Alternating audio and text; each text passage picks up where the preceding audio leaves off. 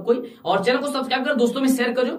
हाँ बिल्कुल। और ये काम किससे करना है बोलो, उसी से मैं बता रहा है, बिल्कुल ब्लैक पेन से। चलो अब उसके बाद से हम लोग का ये समानांतर श्रेणी यानी कि एपी, ये काम अब ब्लू पेन से करना है।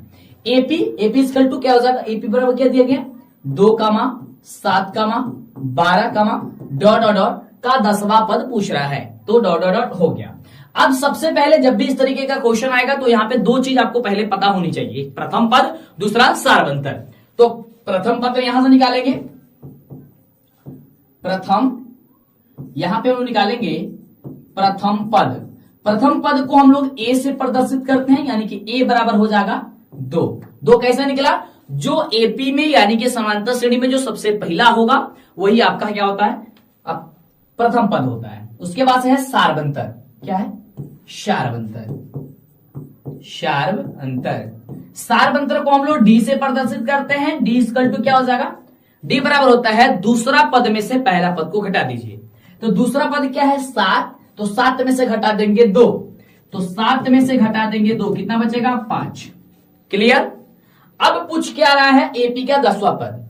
तो चूंकि हम लोग जानते हैं ए एन बराबर होता है a plus n minus 1 into d होता है। क्लियर, ये चीज आप जानते हैं, ए एन बराबर क्या होता है a plus n minus 1 into d होता है, सिंपल।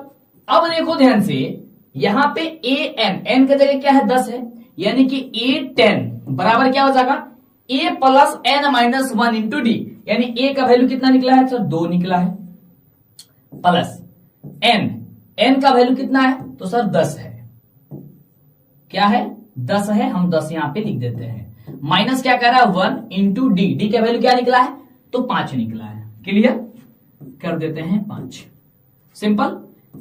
तो अब क्या हो जाएगा ए 10 बराबर हो जाएगा 2 प्लस, अब देखो ध्यान से 10 में से 1 घटेगा, कितना बचेगा 9 बचेगा, और 9 में 5 से गुणा कर दो, कितना होगा 9 5 45, क्या हो जाएगा 45।